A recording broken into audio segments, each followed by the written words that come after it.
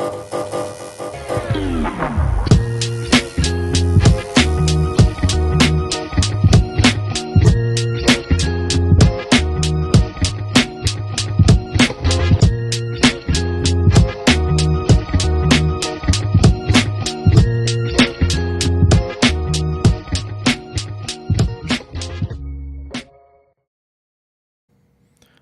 episode is sponsored by Jacobson Real Estate Company.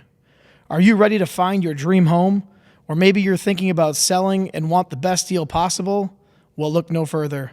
At Jacobson Real Estate Company, we make buying or selling your home smooth, stress-free, and exciting.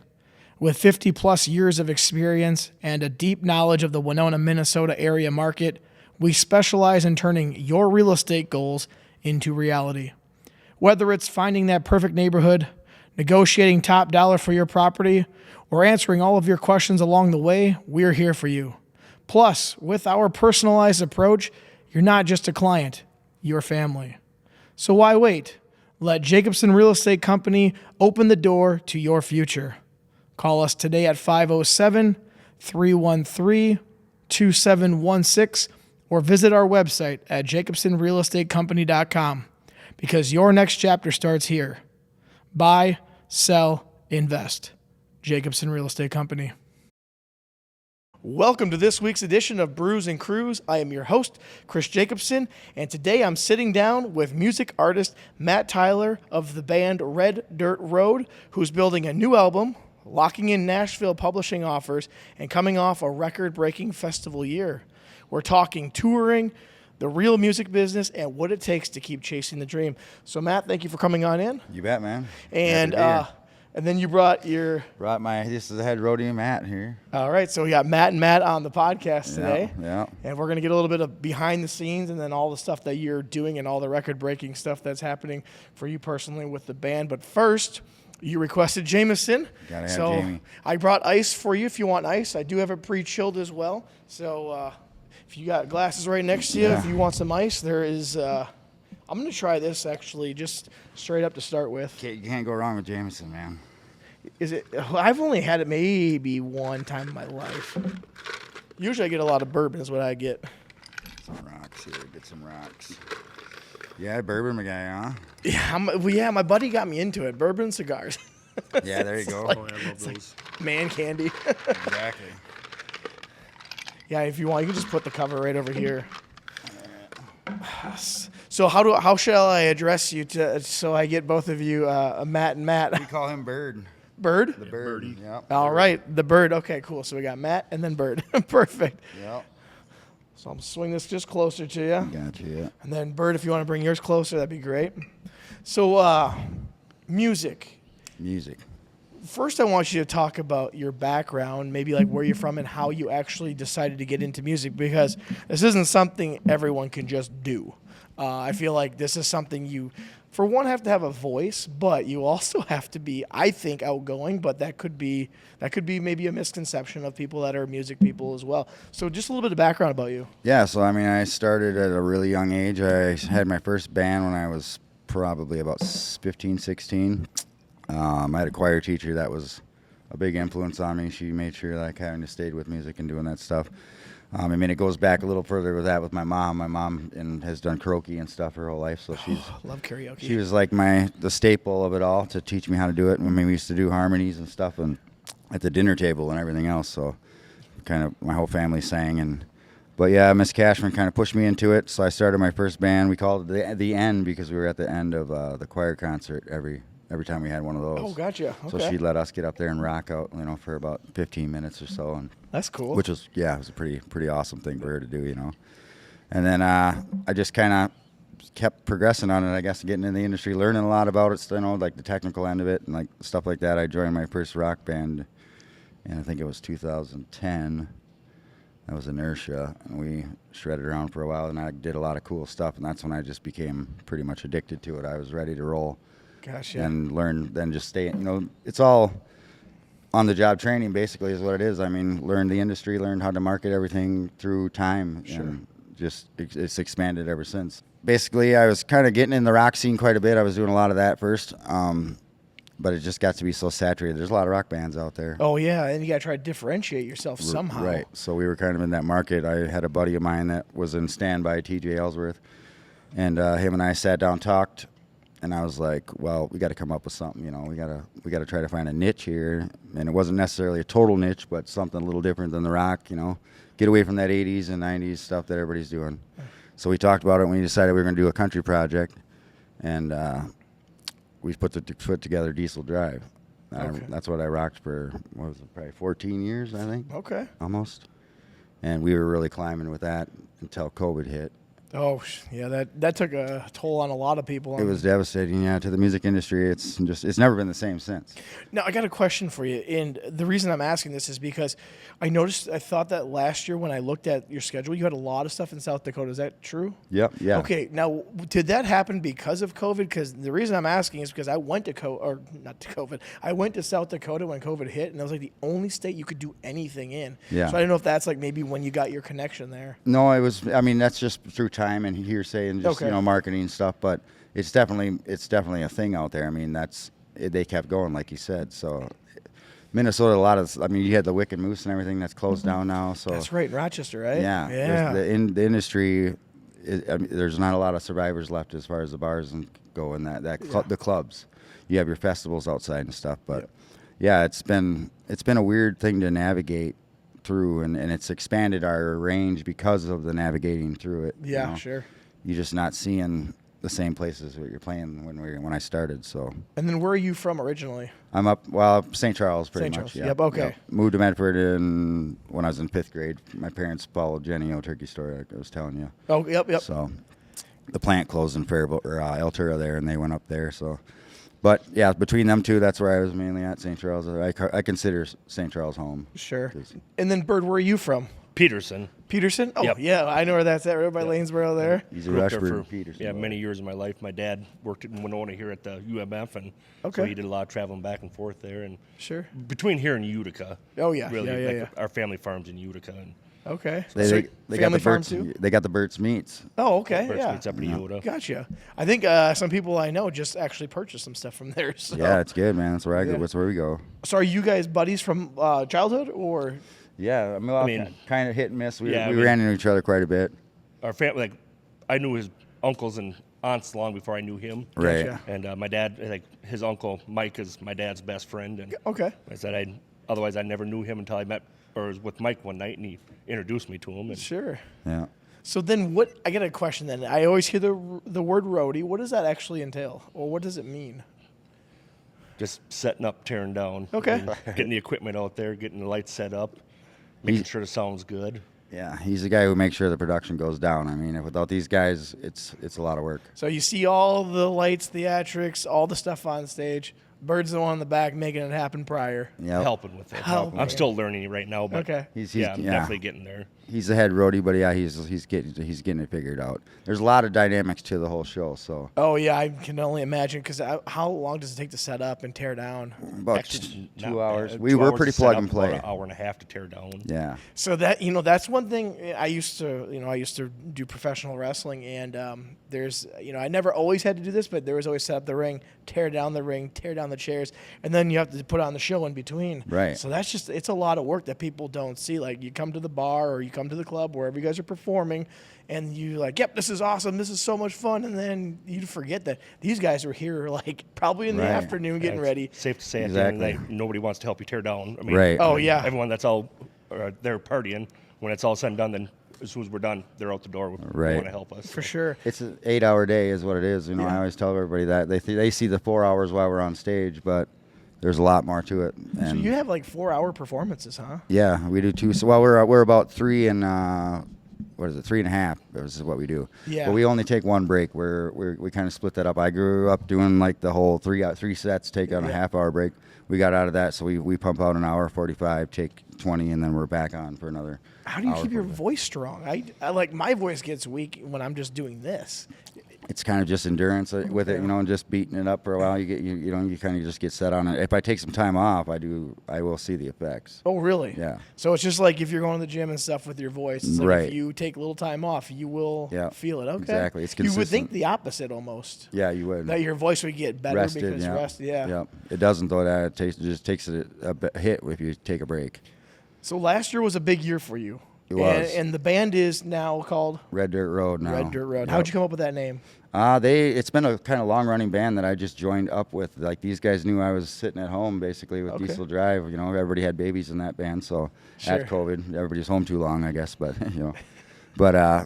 so I called Brian Thompson and Brent Shubby. They're the owners of it. Okay. They had a female artist at the time that was singing with them, and she was parting ways going into college or whatever. So he knew he needed somebody, and the bass player Sean, he knew me from the past with the rock scene and stuff. Okay. So they hit me up and they were like, "What do you got going on? What do you want? You want to get back out and do music?" And I was like, "Well, hell yeah, absolutely."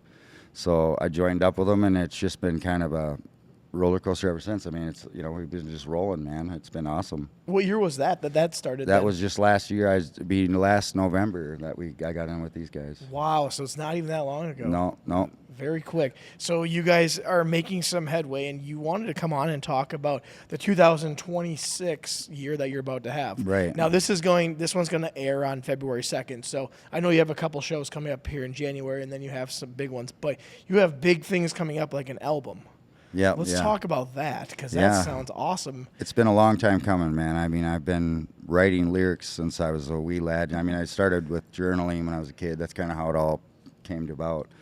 And then just starting to put songs together, learning how to punch out melodies out of anything. And, so I've just been pumping out words and had this thing. And Brian hooked me up with a way of doing music and making music a lot more efficient. And now it's just the songs are flowing out of me. We're excited about it. I think it's going to be great. I mean, there's a lot of tunes on there that are some solid stuff I think we're putting together. And everything's original. Everything's original. I love when I can go to a music festival or you go see a band. And yeah, it's cool to hear the covered stuff, but I love hearing when someone's got something original because everyone plays the covered stuff for the most part. Yep. And you have to start somewhere, obviously. But it is great when you maybe, like yourself, you have a songwriter or someone that's making music or making lyrics. That's really cool to hear is when they go, this is our original song. And that's awesome. So it's personal then, that's the thing. Yeah. You got to just you touch with your fan base a lot better when they hear your story and they hear, you're portraying who you are as a person, and that's what connects people. Well, one cool thing is last night or 2 days ago, he sent me a couple songs, and I played them in the car when my wife and I were going somewhere, and I played this song, one of the two, I think it was the second one he sent me, and I was like, listen to this song, and then I said, these guys are going to be on the podcast tomorrow. She goes, these guys, like, this is good music. And I'm like, well, awesome. Yeah, because you put it on the radio, and you can just tell when you listen to it in a car, when it feels like something you're going to hear on the radio, or you hear, if you download it on Apple Music or Spotify or whatever it might be. So that's awesome, and that you sent those to me as well. Now, where are you going to record these? Well, we got a kind of a half and half system with the technology nowadays. It's pretty easy. I can shoot down at my house with my studio, send stuff over to Brian. Brian can plug away on it on his stuff, and then we can shoot it to Red Boot Records, and get all that stuff done.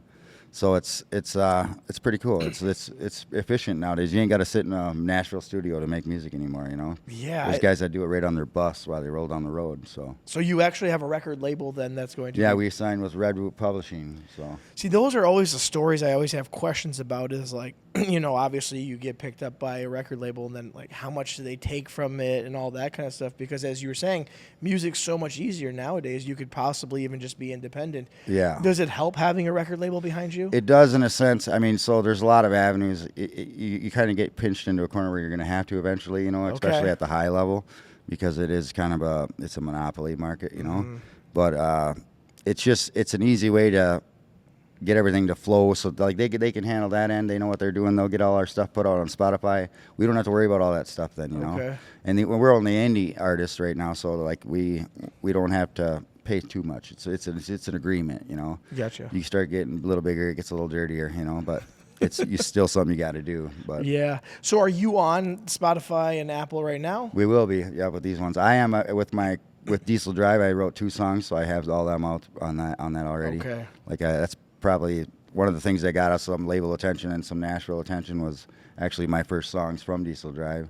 The Bed of My Truck, I don't know, everybody loves that song around the area, and it got over 100,000 views. And Wow, that's amazing. Now, the ones you sent me were those ones that are brand new coming out? they're coming out, yeah. So I showed you an insight on the goodies. You know. Yeah, so nobody else has heard those? Nobody's heard those. That's sick. I just wanted to make sure you knew what was up, you know. 'Cause Yeah. you never, like I said, people talk about music. You never know what they're getting, so.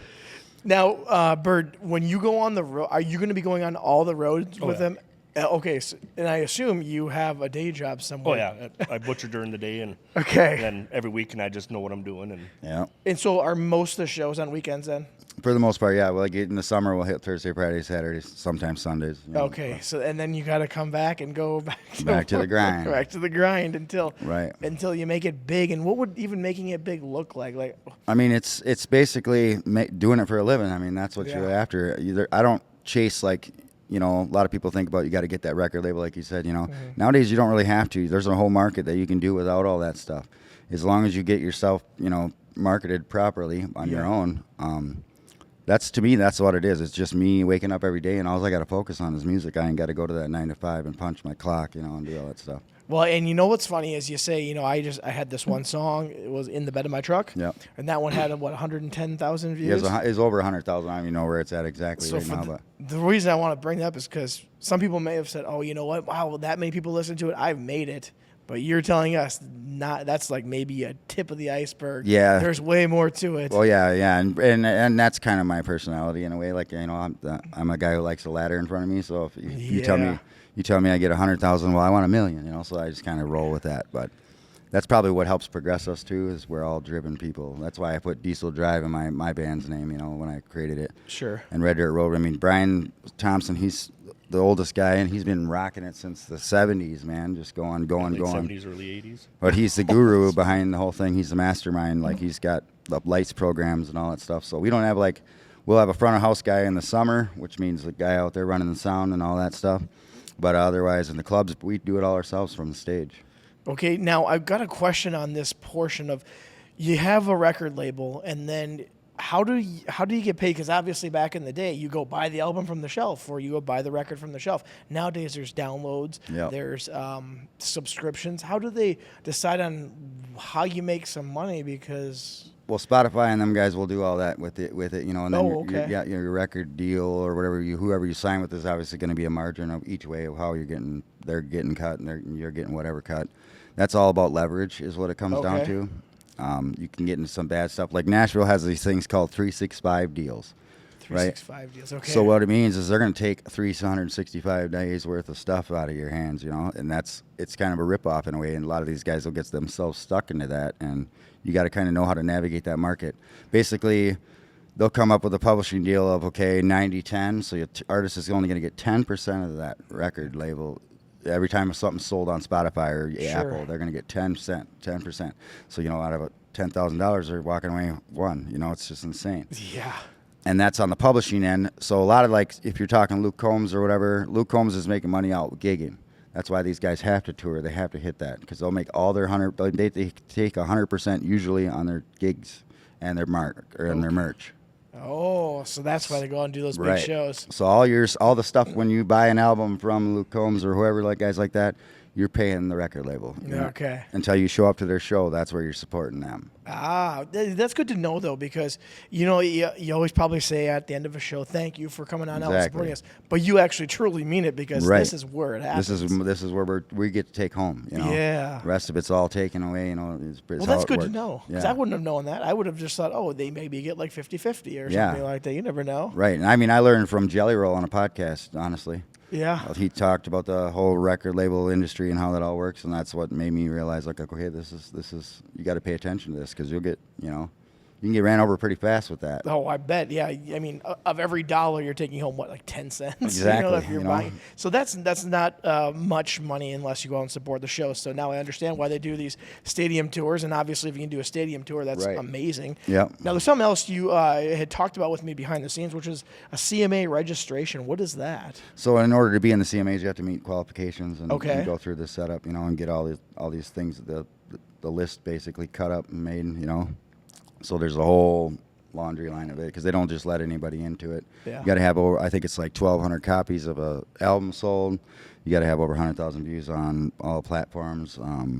There's just a lot of criteria you got to make before you can actually be a member of the CMAs, and you have to apply for it. Okay. So what does it mean if you be? So are you a CMA registered now? I'm working on that. I'm in the process of Okay, doing you're in the that. process. Yeah. So what would that mean if you do get that? So then you're part of the Country Music Association. So now cool. you can be, like the CMA Awards. That's what I know. That's all I know. Yeah, they're all members, and that's how it works. And then you can basically just build from that. I mean, you're part of it. So it's the next step to the Opry. It's the step to all that stuff, down the line. But there's a lot of people that are members that don't make it too far or whatever. But sure. It's just, it's pay to play, Yeah, that's right. That's how it goes. So. I feel like 1,200 sales, is that tough at all? No, not bad now. Not really. Not bad nowadays. I mean, some of them criteria is good and some of it's hard, but yeah, they don't. They're the overall sales as far as that's the record though. You're not talking singles. Yeah. So you got to have the whole CD, like the whole thing, be bought out. Yeah, not a lot of people do that anymore. No, and that's so it's kind of a weird thing. I don't know exactly how they break that down. If you don't do it as a whole record, but like us, we got a lot of songs. I got 43 coming on this one, so. 43? Yeah. Like 43 songs? 43 songs I wrote for this. We're not sure how we're going to release them yet, but that's what we're sitting on. Sure.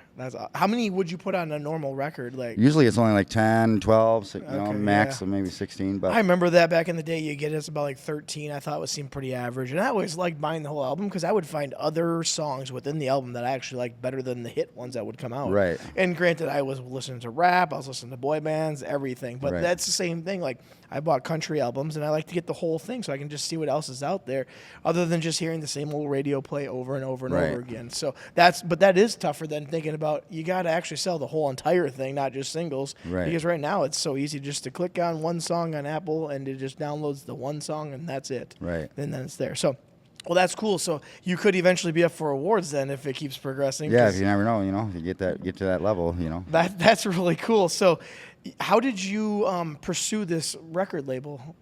With Red Boot, there's different sites you can use to kind of promote yourself or whatever, Okay. and then just a lot of it comes down to word of mouth. I mean, they come check you out, you get attention. Yeah. I mean, it's like anything. Oliver Anthony sings one song. Remember that guy? What's his?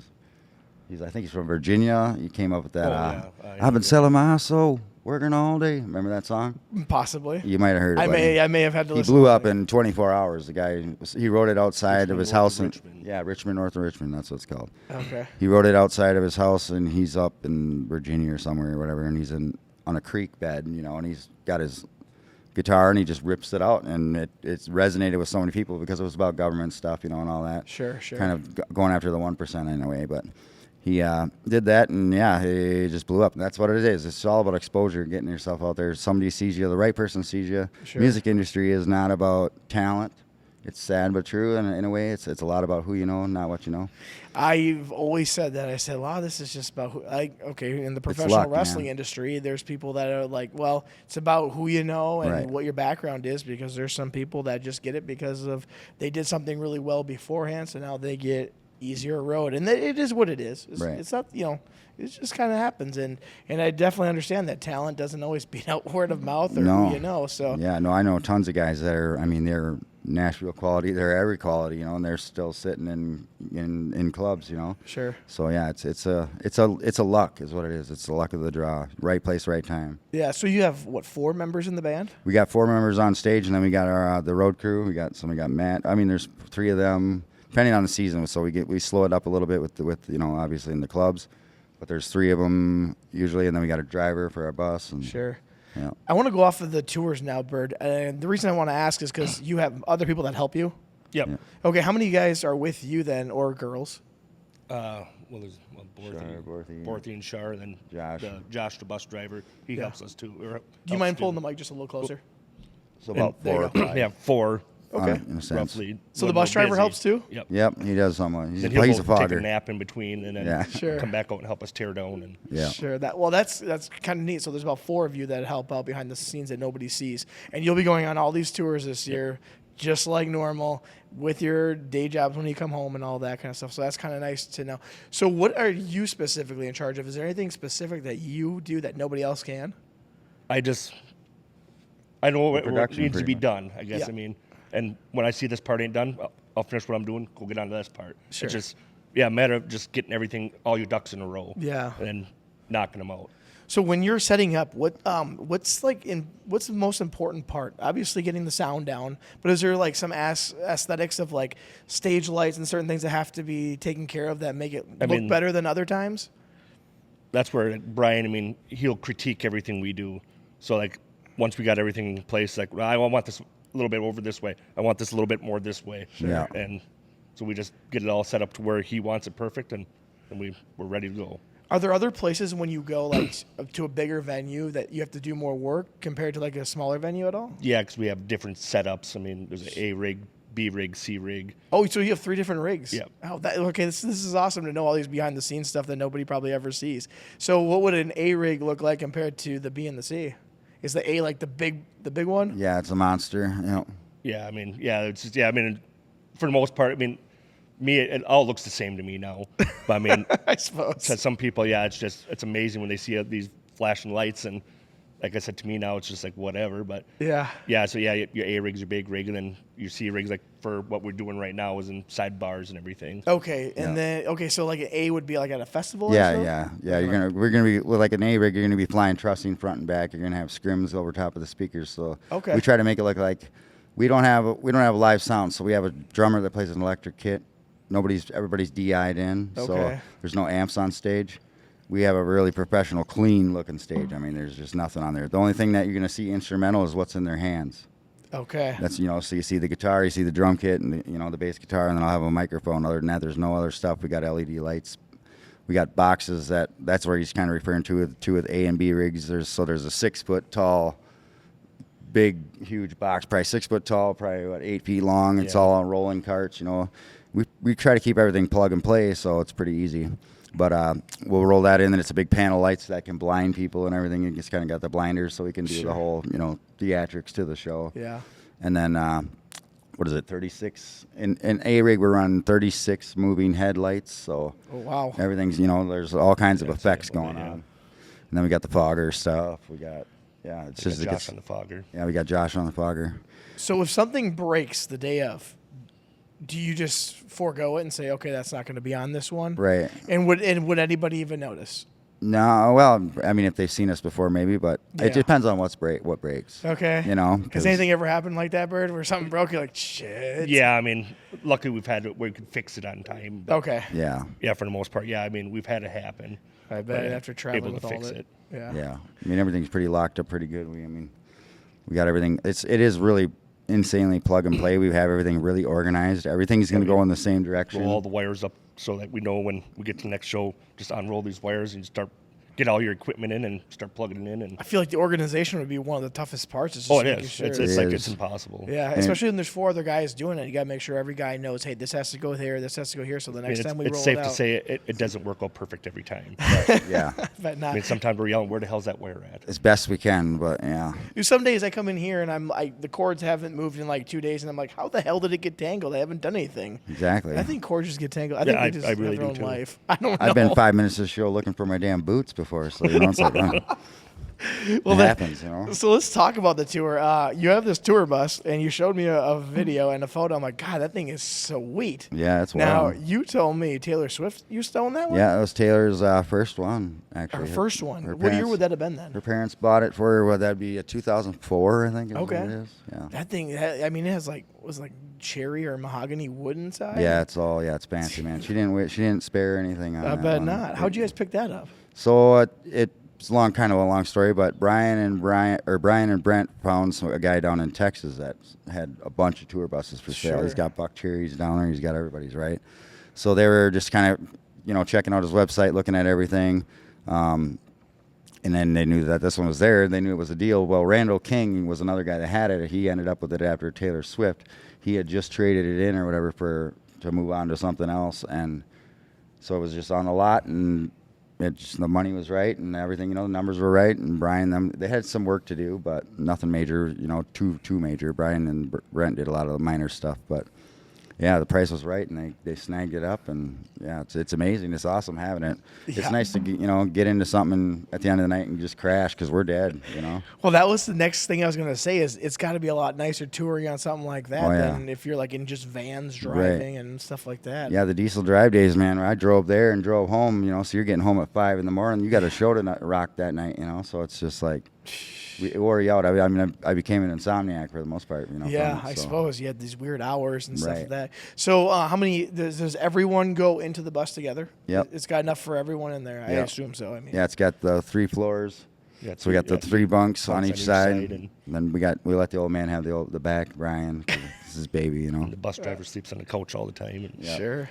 Yep. God, that thing looks looked nice and clean. So that's cool that you got one of those because that's got to take a lot of burden off of just your anxiety of just tiredness and stuff of that nature. So does it feel a lot better traveling that way? Oh yeah, that thing's it's an amazing rig. Like you don't even know going down the road until he hits the rumble strips, then you know what's up. But other than that, forth on them every once in a while. Right. Josh likes to crown it down the highway at night, so we never know what we're gonna feel, but. Well, that's really cool. So where are you going to be starting off? I know in January you're starting off, but let's talk about February since this is when this one's going to be released. Where are you going first? I think I saw Treasure Island, right? Yeah, we got a bunch. I'm honestly not even sure I could pull them up on my phone, I suppose, but we got. I actually probably have them right on the iPad. He's got so many you don't even know. That's a good problem. Yeah, I mean, like we get through so many dates. Yeah, it's hard to keep track of them all in order and what we're doing. Well, so the one that stood out to me obviously was because Treasure Island. My family goes there quite often. Will you be playing like in the venue area, or are you going to be playing like in one of the bars that it's in the area? We do a parlay lounge there. That stage. I love the parlay lounge. Yeah. That's a good one. Okay, so that one's actually February. Let's see here, 13th, and then you start off actually in Mitchell, South Dakota, which actually I was just around that area because I went out to Sturgis this year, so we actually stopped in Mitchell just to have a beer and look at the Corn Palace. Yeah, it's awesome out there, man. And you're spending 2 nights there, looks like. Yep. The 6th and the 7th. Thirsties out there, they love us. We love going out there. It's a cool place. They got a bowling alley. They got dart room. They got pool room. All that. They got a casino. So it's like it's a one-stop shop for a club. Okay. I mean, this thing is a monster. It's a big club. They got an awesome stage. So we always go out there and rock out 2 nights and then go home. And then you're at Treasure Island on the 13th, and you're at the Parlay Lounge. So the only reason I'm bringing that one up is because I think some of my listeners probably know what Treasure Island is. Bird, what rig will you be setting up there, A, B, or C? That would be the B rig. That'd be the B rig. That's what that was my guess because it seems like it's not a small little bar, but it's also not a huge venue either. And actually, it's kind of a very fun venue, I think, because people are drinking and having a good time in that area. Right. Okay, so then you're touring first weekend, second weekend, third weekend, and that's where I don't have any more after that. So February's completely full. Yep. So you're going to be in Mitchell for 2 nights, then you're going to be in Treasure Island the 13th, and then on the 14th, which is the Lover's Day, you'll be at Prairie's Edge Casino in Granite Falls.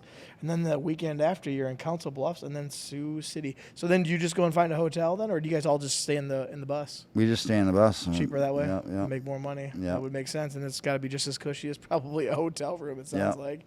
Buses in Mankato, we get a bus call. Brian sends out an itinerary of what we're doing. He's the guy behind all that organization end of it. So we get Facebook message and itinerary, what time to be in Mankato. We get on the bus, and that's how we roll. That sounds really fun, actually, honestly. So you said Thirsties is a really fun place. Are there places that are just better because of a certain reason? I would say the main reason is if everybody shows up. The energy from certain places you go to. I know what that's like with wrestling because I wrestled in front of like 10 people and it was weird. Yeah. It's like 2 guys wrestling in underwear. Exactly. It's awkward. Right. I bet. So, that would be. So I can only imagine. Obviously, you feed off of the energy of the people. So are there some places that have better turnouts than other places? Oh, yeah, there's some. There's La Playette and St. Joseph. So you can walk in that place. I mean, it'll be nuts to butts from front to back. We had a line, what was about 100 feet out the door last time. Yeah. Is there festivals that you've played at that are really good ones to play at? That festival sides, yeah. Like around here, we rock St. Charles. We do Houston Hoedown. We had a good night down there. We had broke Rushford's record. Okay. Mower County Fair, Buffalo Bill Days. We had a record breaking down there. I believe that was on the street. That was awesome. We're running between 15 to 2,500 people a night on some of those. How does that work at a festival then for pay? Do they just split it up amongst all the bands that were there that day, or? Well, usually there's or only they going to be pay we a might. flat fee? Yeah, usually it's just flat. Like Oh, with gotcha. us, we do the whole night and we only take one break. So Yeah, they might have somebody that's playing acoustic yeah, or yeah, something like that. and that's Sure. their own deal. Like we don't really have much to do with that, but otherwise we just have a flat fee, or a range depending on because we'll work with people too. I mean, our job is to play, Yeah. so right. that's our goal. So So then I got a question about if not a lot of people show up, do you have an awkward moment of like one where it's just like there wasn't many people, it was kind of strange putting on a show just because there wasn't enough people there? yeah, you'll run into those. There's hey, thanks for coming, Jimmy. And that's it. But Thanks, Jimmy. you're gonna have those nights. But I mean, I don't really look at it as awkward. There's a teamwork that goes into every show. Yep. It's not just us showing up with our fan base because a lot of times we might be going to a place where our fan base we're not very well known yet. Sure. So they kind of got to have a built-in thing too, in a sense, Now with releasing originals, that's going to change that game. Sure. Because we can expand our range a lot further, with our music. Yeah. Where when you're doing covers, you can't really promote yourself other than showing up and playing them. Yeah. So it changes the game a lot when you get out there and you're producing originals. People can know who you are. The name expands, and we'll see a lot of difference with that. So when you do that, do you perform like everyone, like it's 1,000, 2,000 people there? You just got to perform like Every time my feet hit the stage, I don't care if there's one or two people. Yeah. I'm going to put on the same show as I do everywhere.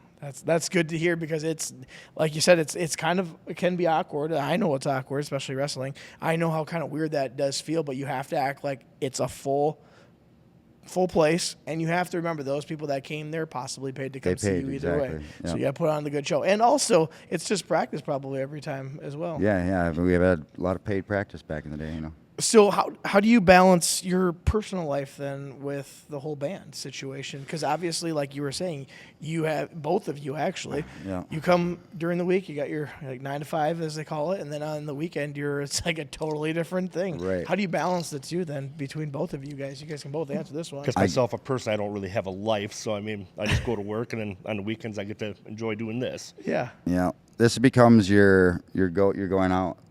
Like this is our going out, and Sure. it's tough. It's a different life. Like it takes some getting used to. Some people always think the music industry looks great and glitz and glamour. There's a lot of hardship to it. You're missing a lot of birthdays. You're missing a lot of parties that people are having, a lot of weddings and stuff like that. So there's a lot of I missed out on sacrifice. my family Christmas this year because we're out on the road. And Sure. Where were you guys at for Christmas? We were Christmas. Or, I mean, well, it meant my family Christmas. Yeah. Gotcha. It just wasn't on Christmas. But I was at the Vikings game Christmas. Sure. But so, I can't remember quite where we're at, but yeah, it was my family Christmas. But yeah, I around holidays. I already know what I'm doing every week, and I enjoy doing this. And Yeah. so I mean, It's great that you enjoy it because this could take a toll on someone. It's like, yeah. okay, I don't ever get really a weekend to myself. It's what it takes. It takes a belief, and that's where, like Dad, he believes in what we're creating too. So he's ready to come. oh, yeah, I mean, ever since I got to know him, I mean, I've always been there to support him. I said, if he just wanted to give it up, well, he's still a good buddy of mine. So Yeah. That's the best people to have around. Yeah, and that's why I got loyalty to him too, because he shows up and we've had gigs that were maybe not the best paying and stuff, and I've had to call Matt and be like, we might have to leave you guys back behind today, whatever, and he's like, I'm coming for free, man. We're doing a show. I already had it planned out anyways. So Wow, that's loyalty. Right? Yeah, exactly. And I Those was are the like, people you need around you in this kind of business, I feel. Right. Because I assume there's a lot of in wrestling. There's a lot of scammers. There's a lot of people that don't want to pay. Right. Is it kind of the same in the music industry at all, or No, I not mean really? a lot of it's contracted stuff, so it's Sure. not too hard. But you can always run into some stuff, Of but course. it'll be the last time, so that's the best thing. Have you ever gotten stiffed I have, one time, way a long time ago with before this band? Yeah. I've never with Red Dirt Road. We run a pretty tight ship, so. So what was that like when you got stiffed? Like, you pissed or you I was pissed. Yeah. Okay. We were pissed, but what do you do at the same time? But Well, and the other thing is sometimes you gotta. I mean, you want to get paid because you gotta act like I'm professional. This is what I do. It's what I'm trying to make a living at. Do you ever think of like, well, at least I got the opportunity to at the same time? yeah, I've done tons of stuff for exposure and Yeah. everything, like it's all the old game kind of stuff, you know what I mean, though, because you're trying to just get your name out there, promote yourself. So, I mean, we do that. Well, and like I said, we'll work with street dances too and stuff where if they're just starting out or whatever, we try to, you know, make deals. I worked up a lot of stuff like St. Charles Days. They were down the street underneath a tent at one point, but now we're out in the Moose parking lot, you know, with packing that whole thing. And it started way back with Diesel Drive and days where it was not as, you know, Yeah. it was kind of feast or famine, and we're there to help them. You know, our job is to make sure that they're successful so that we can be too. That's really good because it helps out not only you guys but the community too. It Exactly, sounds like, yeah. and obviously St. Charles obviously has a part in your heart for that as well Oh, yeah. because that's where you're from. Yep. And so now you're a songwriter as well. I want to get onto that aspect because I feel like, you know, they always say there's writer's block, and Yeah. how do you keep it going? I mean, how do you make one song different from another? How do you start your lyrics off, or is there like something that goes behind you? Like, I have this thought of a time in my life that happened, and I can write about that. Yeah, like there's obviously always events, you know, them are huge. The things that happen in life are going to be a major influence on what you're writing. I think with me, I mean, I kind of write about anything, don't No, I? I said it's just like every day he's sending me at least 2 or 3 songs or ideas. I mean, Yeah. he's got to start us something. Yeah, I try to pick a song out of anything, you know. And I tell a lot of my stories, like people say, "Oh, so you went through all this?" You know, it's like, no, not necessarily, because I'll listen to somebody's story, like me and you sitting here right now. I might pick up something that you're talking about, like with your wrestling, Yeah. and I'll remember that. I bank a lot of stuff that's kind of always been in my head, like when I was growing up in school, to memorize the times table, I'd make it into a song. Sure. Well, that's sometimes the easiest way to learn. Right. Yeah. So you know, you tag along. My mom taught me that long ago. You know, so.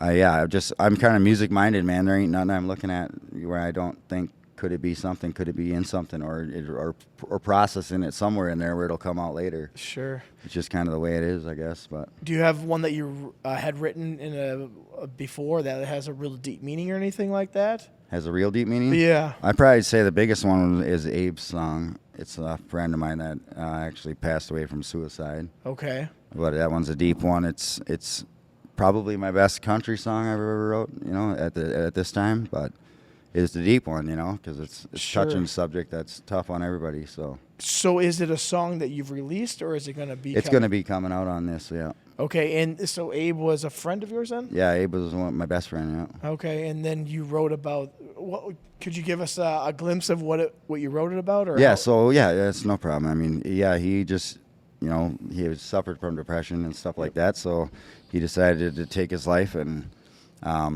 I basically, what I wanted to do, Abe taught me my first guitar riff when I was Okay. a wee lad, you know. Yeah. So we've always been connecting that music, and I wanted to make sure and give him a tribute, you know. So this one I wanted to do it kind of third person, so I kind of wrote it in as Abe, and what a sense, like from what I heard, the stories and everything, how it led up to what happened. Okay. Kind of picking away what I know Abe would be thinking in a way, you know.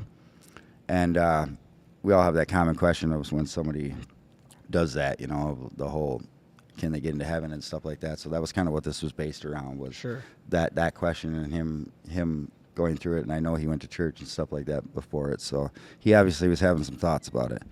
But yeah, so I try to write it from his perspective and do him justice, you know, and make it a positive thing, because I do believe, you know, that it's not all damning or whatever you want to consider it, you know. But Sure.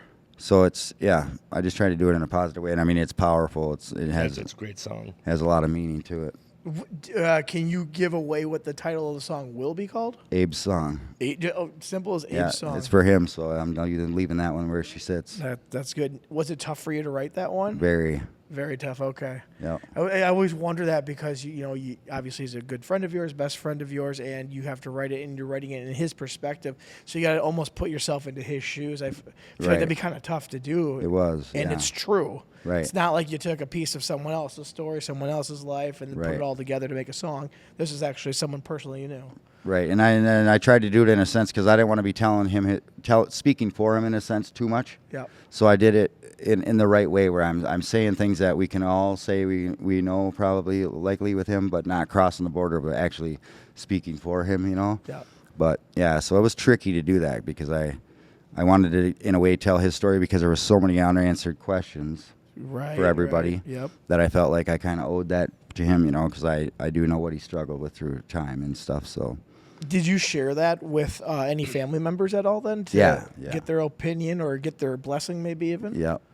What'd they say? They love it. I mean, they couldn't believe it. A lot of people cried, It's Did pretty. you sing it or just say it? I just sent it because Okay. I was it was hard enough making it. I couldn't do that, yet. Yep. No, that's... It's one of those songs that it'll take some time to hit the stage for me, or anywhere really, Yeah. I just had to get it down and get it done and step away from it, do it Yeah. in bits and pieces. So you've written, what'd you say, 46 different songs? 43 I got 43. right now. Yeah. And then they're all going to be coming out released. Are you the only one that's actually making lyrics and writing No, songs? Brian does too. Brian does too, Brian and I. okay. He's a guru behind the producing most of the stuff. He does, like we do demos and stuff back and forth. So he's all the instrumentation and all that stuff other than programming things. But I do 90% of the lyrics though. Okay. And he usually sends his stuff down to, pick my brain on what I think on. Sure. I'm kind of the main lyricist, I guess. But So then Bert, he sends you songs yeah, all the all the time? time. All the Yeah. time.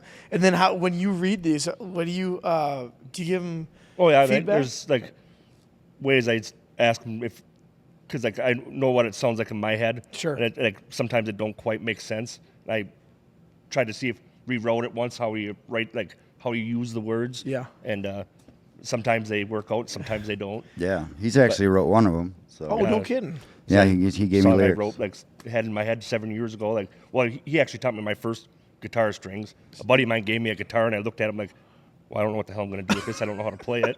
Well, then he showed me my first strings, and then one day I just kind of sat down. Like my brother Timmy actually gave me the, I guess, inspiration for it. But and then I gave him the words one day because like I'm not a songwriter. Yeah. I mean, I'm barely a equipment manager right now. So, but Sure.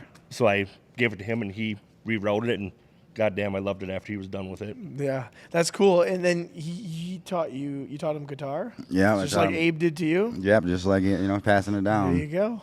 Pay Yeah. it forward, as they say. Right, That's exactly. Yeah, cool. when my buddy gave me the guitar, I was like, I could use this for maybe rafting down the river. Because I have no idea what to do with this. Yeah. I just told him thanks. Dude, I tried taking guitar lessons in my first year of college. I suck so bad. I'm actually a lefty, and I had a righty guitar. And Same here. You're a lefty? Yeah. Yeah. This feels more natural than doing the opposite way around. So, and I shoot pool that way. I shoot bow that way too. So Yeah. I'm a lefty in certain things. I have left foot too. So it's Yeah. interesting to do those things because mainly everything's right-handed, and then all of a sudden I do another thing. It's like, no, I'm left-handed in a couple things, which is kind of weird. Did they try to switch you to like back in school where you had to write with your right hand? I had that a little bit where I'm ambidextric now. I never had that at all. Yeah. That was just naturally, like I grew up with a pool table all my life, and this is the way that felt normal, was just cocking Sure. it back. Same with, actually funny story, I was learning how to shoot bow one time back in like 2011 at like a men's camp, and I'm pulling back with my right, but I'm looking through my left, and I was missing targets from 10 yards Yeah, away, and these guys yeah. like, how are you missing that close? Like, you have to like try to miss. Like, they go, what eye are you looking through? And I'm like, I go, you're lefty probably. So someone gives me a left-handed bow. I pull it back. I was shooting things at 60 yards by the end of the day. I'm like, oh, okay. So, yeah, I'm left-handed. That Yeah. made sense. So that's why my target was so far off, because I was looking through my left. Yeah, you're going- shooting my right. And every little inch makes a difference within that. So, Right. Oh yeah, definitely for sure. so you guys are like good buddies. You send them songs. That's really nice to have that. I feel like you would be a harder critique on him, Bird, than if you just sent it to someone else that might go, yeah, sounds great. This is awesome. And you might critique him a little bit more and be like, Right. that don't make sense. And you guys can kind of shoot But, I mean, things up. like I said, there's times where once I'll say that to him, then he'll actually explain it. Then it makes sense to me afterwards. Okay. Yeah, and I try to take it too. Like that's why I send it to people who are going to give me that. I don't want. Oh my God, that's awesome. I want you to tell me what's wrong, because I want to make it better. Like that's the whole point of it, is to get critiqued and pick through the song. And if it doesn't make sense here, sometimes when you're writing, you kind of just flow and you know what you're saying. Yep. So you look past little things, and that's where he'll pick them out, and a lot of people will that I show. And it's huge to do it because it just makes it the better tune in the end. Sure. So when you guys are on the road singing songs, you sing some originals, right? Yep. Even ones that are the ones that aren't produced yet or published out there, or is there other ones? Yeah, we have no. They're going to be on this album too, but Okay. we have some that were already out. We do Shotgun Shell, which was one we released in August. Then we got Last Goodbye. We're starting to do more now. We actually have a jam tomorrow. We got to do to practice all the more, get them all ready and tight and right. Because when you're out singing your own, you better know what you're doing, Right. But so we're gonna have about 5 or 6 originals that we'll do every night.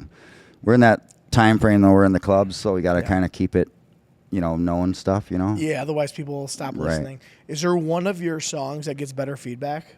That you originals, that is. And then the other question while you're thinking about that, what's the song that everyone loves that's a cover that you play?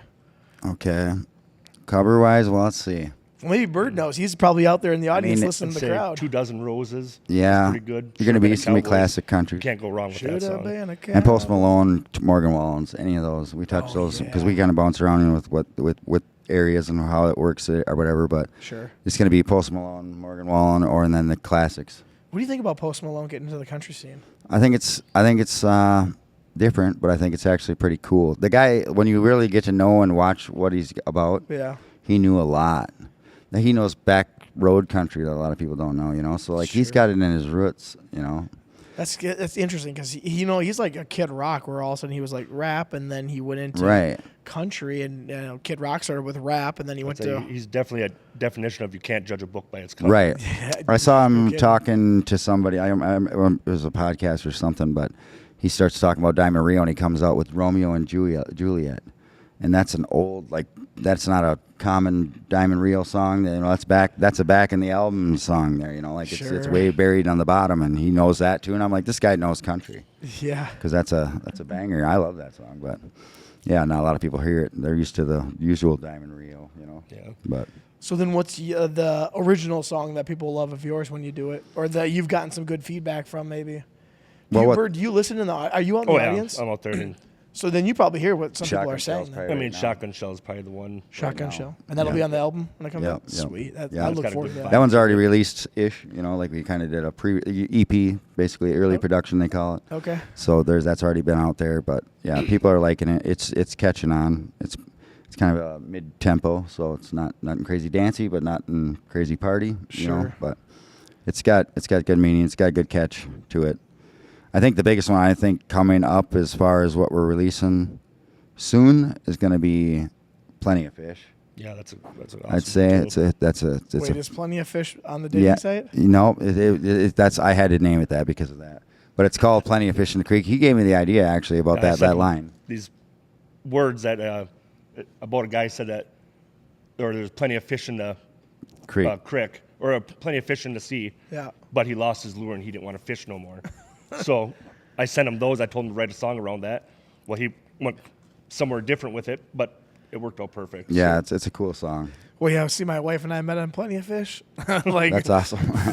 12 years ago. So I thought maybe it was a dating song. No, and I know about that because my buddies are talking about it, and I'm like, whatever, you guys, but yeah, Plenty of Fish was it stuck, and he told me about it. I was like, I kind of wrapped around the whitewater area, I guess, with the whole fishing scene, Basically, it's about a guy. It says plenty of fish in the sea. Well, right. It's about a guy that his girlfriend just broke up with him, and he decides to just go fishing. And he's out there fishing, and here comes floating by in a tube who's a girl, Yeah. And just starts the Old scene. River, baby. Right. And it's all he's rebooting, like, hey, man, it happened, whatever, but now there's plenty of fish in the creek. So yeah.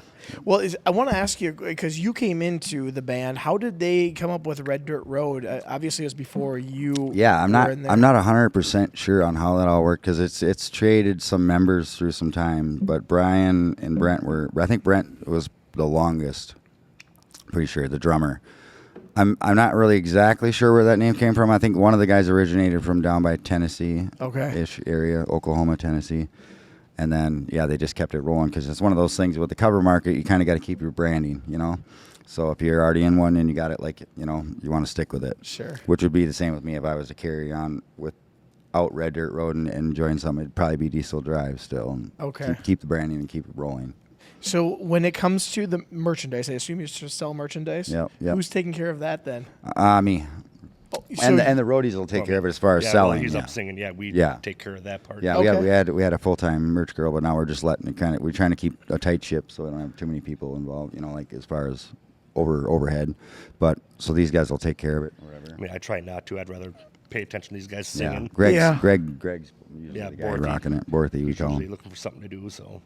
Well, that's kind of interesting. That, and I said this earlier. Everyone kind of plays a role, and there's a lot of behind the scenes stuff. You're setting up the stage. You're helping with merch sales. Merch sales aren't that easy, I don't think, to keep track of, because I don't know how you guys do it, but you usually got to order a bunch of stuff. Yeah. And you got to keep probably track of quantities and sizes and all that kind of stuff. Yeah. That is a pain in the ass. Yeah, and we make them.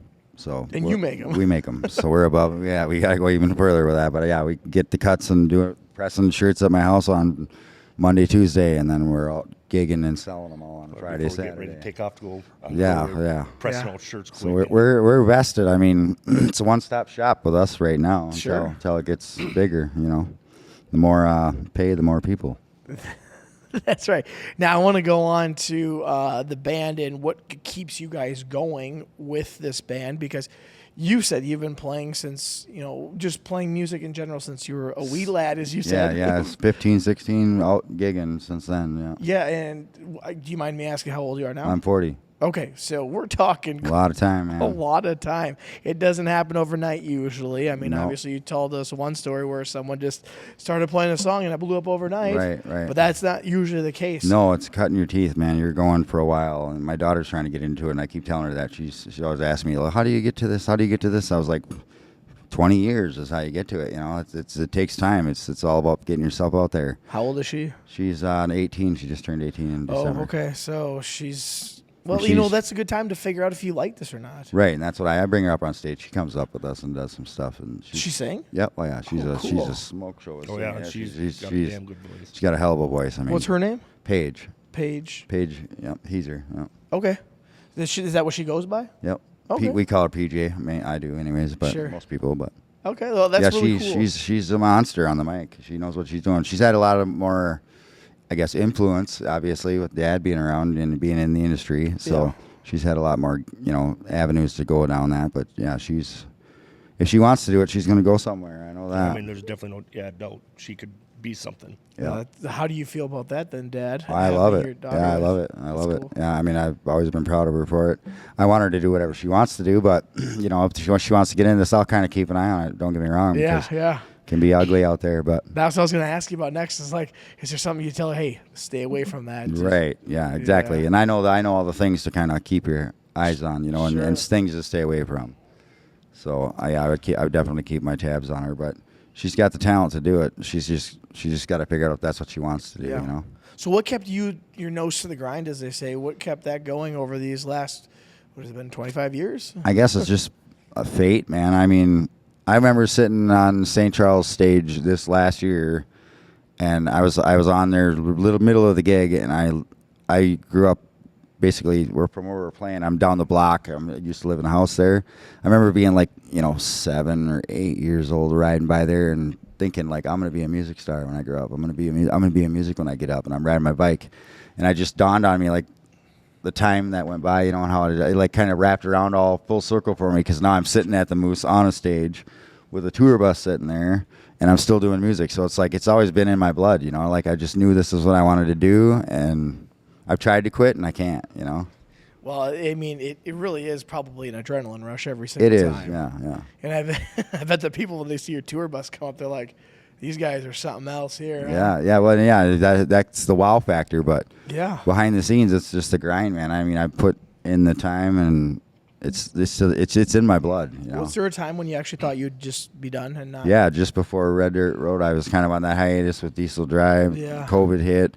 I thought, well, maybe I'm just going to hang this up and start something else, But it didn't take me about a year and a half, and I was like, I got to get my ass back on stage. Yeah. I just knew it. It's in me.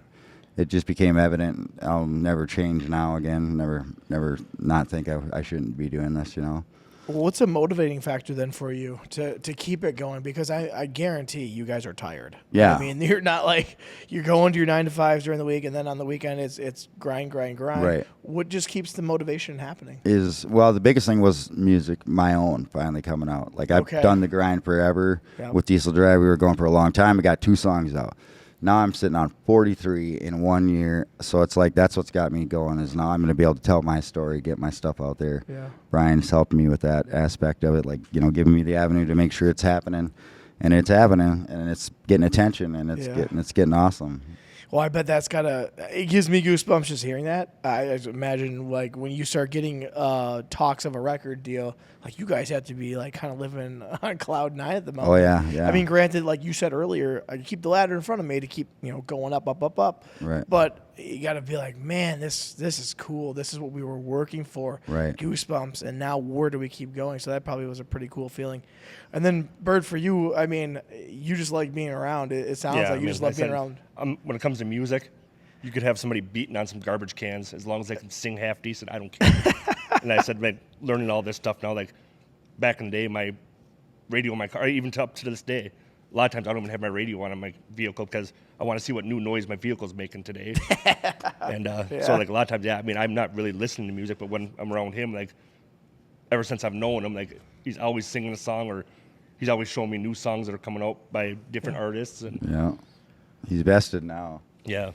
Well, as we're starting to wind down on the podcast here, we've been going for an hour already. It feels like we just started. Yeah. What is the ultimate goal with the band? I mean, obviously it's to do successful, but what would be like the ultimate goal in your guys' mind? All four, it's four guys, right? Yeah. Collectively, have you guys ever talked about what the ultimate goal is? Maybe. I mean, obviously, it's going to be to sign with a major. Yeah. We're talking with lower ones, but that's the steps you got to take, Yeah, sure. Luke Combs signed with Riverhouse Records, and then he boomed up to Sony. Now, like, that's what we're chasing, I do have the publishing deal, which is just a publishing deal where they'll try to pitch the songs for sales and stuff like that. We have that offer, but we're going for gold, man. We're climbing the ladder. We want the big. We want to. What would be like your next goal after you get the record? The record comes out. What's the goal? Is it to sell X amount or? Yeah, for now it's just basically distribute. Just get it out there, man. Like let it flood, let it go, and let it fly, because it's never usually the one record that did it. It's the three, it's the two. That's what lands you everything. Because the biggest thing with the music industry is, as far as a record label goes, is low risk. So you got to prove to them you're low risk. You're a consistent product that's going to come out every. Nowadays it's even less time frame, but like every 2 weeks you got a song dropping, and it's going to be constantly a good radio ready tune, and you're keeping your content efficient, effective, and marketed properly. That's what our goal is just to keep pushing it, because we all want to just do it for a living. That's our. In the end, we're not chasing money. We're not chasing it. We just want to do music for a living because this is in our blood. Sure. Yeah, that's really cool. And that was my next question. You kind of already answered it. Was what success really means to you, or what would it mean to you? It just means my music's out there, and I get to do it. I get to just show everybody what I got and show everybody the stories that I have, and take other people's stories and tell them too. Yeah. It's all about just it's a relationship with people. Sure. Is what it really is. It's a camaraderie. We're all here, for even if it's 3 minutes, for 3 minutes of that time, I'm going to connect with that person, and they're going to feel what I'm saying. That's what it's all about. Now, Bird, for you, you said you've written one song so far. Yeah, he did. Yeah. Are you going to continue to keep trying to write some stuff? I mean, if something comes to me, I'm definitely going to run it by him. I keep pushing. I'm not a songwriter. I'm a butcher by trade. I mean, right. Well, that's okay. Just by chance, this actually working out like it did. Mm-hmm. Still blows my mind right now. Like he was able to remap it, make it sound like a song. Like otherwise, it was just words up in my head. It took a little bit of work. Like he had a good punch. Like he had a good story to it. I think he handed it to me on like an envelope or something. Written on an envelope. Sure. And I just took it. But I understood. Like that's the thing, is I've been doing that lyric stuff for a long time, so I understood his point that he was trying to get across. So I added a lot of words to it, but. I think I punched it pretty good. And got his point out. Are you always pushing him to write? I push everybody to just if you want to be into if you're into music, I'll push people to do it. So the question then, if let's just say Bird writes a song and then you guys record it, do you pay him to buy his song? We would. Yeah. I said I wouldn't want nothing from it. I said I'm happy where I'm at right now. What a guy! And for now, he says that, but he's gonna get paid. But. I take care of him. I told him that same thing. Happy, I guess. What do I always say to you? I was like, hey, if I win, he wins. So that's the way we're rolling. Like I said, at the end of the day, I said if he decides tomorrow he wants to give it up, he's still a good buddy of mine. Right. Do you guys have any big shows? I know you said you don't have your whole thing in front of it. Is there one show that you're looking forward to this year that really stands out in your mind? There's a bunch. I mean, I don't know how many are confirmed, so I can't say too much yet, but I can say we're definitely doing Gladiola Days in St. Charles again, so that'll be fun. We got Rushford. There's a lot. The festivals around the hometown area are the best ones, you know. Is it because you know these people that Just come because, yeah, and we got the crowd, we got the fan base that shows up. All these people love to see us. We like to see our friends, our fans, our families. If I were to say one of the best show was probably Hoedown Days. Yeah, Houston. Houston. The energy of that show was just phenomenal. We're talking with Country Boom a little bit, so I've done that with Diesel Drive quite a bit. So that'd be nice. We're trying to it's the area, you know. Yeah. We got a lot of repeats, coming up. What about like Ashley for the Arts? Have you contacted them to play on some of their stages? I think they have. I think we have reached out to them. So hopefully something can come about that. I mean, we're always open, you know. Well, and the next thing I want to ask you here before we get done here is, do you guys like contact people and say, hey, this is our band, here's some stuff, if you would like to have us play at your place? Yeah, and the agency will help with that, So like, you have an agency well, too? the records, so Red Boot would do that, reach out real press. But I mean, like right now. Right now, yeah, there's still Red Boot helps push everything. Okay. Yep. So they're gonna try and pitch us. We pitch ourselves. We got a EPK. We got all that stuff. So it's an early press kit and get everybody knowing what's going on into the new venues. Anyways, we don't have too many problems with retention. We're pretty good at our jobs. So, yeah. Well, can you say what the new album's going to be called that's coming out? Music Man. Music Man. Yeah. Okay. Now, when this is pushed out there to the public, will you have to go around and do promotionals? Yeah, in a sense. I mean, you're kind of always doing that in a way. But I mean, like you can travel somewhere to like radio shows and stuff like that. We're hoping so. We just got to get everything lined up, And the biggest thing is getting what a lot of people do nowadays, and it's what we're doing, is you put out an EP. So we'll have like 5 or 6 songs, throw that out, and then it'll be added on to the album in the end. So you're basically releasing some singles at first, gaining the interest, building the brand up, and then then it'll all come out. I don't know exactly what date will be the album drop, which is all of them, but we're going to start releasing singles next month, and it's just going to be about it'll be one every 2 weeks. So okay, and so I imagine you're at this spot of, we're just about to maybe make some money, and I still have my 9-to-5 job. Is there a time when one's going to have to outweigh the other? And yeah, and I hope it comes faster than later, But then does the same apply to you, Bird? We all do. Right? I mean, I don't know. At the end of the day, I've always loved butchering, so I'll try to balance both out. When you get home, you'll be doing that. Yeah. And I'll be doing the same thing. I mean, I got a lot of hobbies too. So yeah. But, I was gonna say, because you got to be like at that part where it's like it's getting to the point where it's not going to be just a weekend thing anymore, and you're going to have to cut probably your 9-to-5 to make this dream happen. You never know, And that's everybody's goal. Yeah, absolutely. It's I feel like that's such a tricky thing to balance. When you're just at that brink. Right. You got to maintain. And the world's getting tougher every day. But it could happen tomorrow. I mean, one song could, like I said, take off and change our whole game. You got 43 of them to. I can say that. Happen, there ain't not a one of us ain't willing to do that. You know, so we're ready to roll. If it happens, it happens. So one of my last questions I have for you is, what makes Red Dirt Road?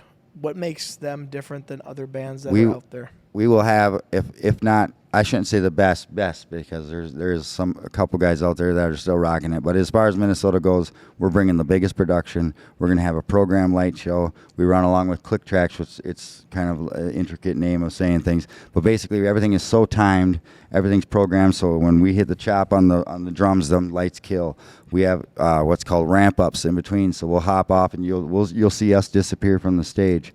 And then it's just, it'll like theatrics will come in, and then we come back out into the next song. We're probably one of the bigger light shows out of all the bands around. Yeah. And is that with every single setup? Every setup. A, B, and C? Yep. Because we, like I said, with C rig, it's smaller, but it's just taking one box basically on stage and making it tinier. We still have the same moving heads. We have the same.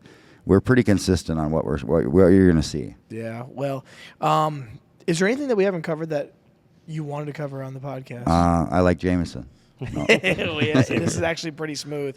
The last thing I want you to do is, can you name all the members of the band to give them a shout out as well, and then also the crew as well? Yeah, you bet. So obviously I'm Matt Tyler, doing lead singer, and I got Brian Thompson. He's over there on the lead guitar. Brent Chubby is doing the drums. Sean Drummond is rocking the bass. Dadbird's the head roadie. Greg Borthy is a roadie. Shar is a roadie.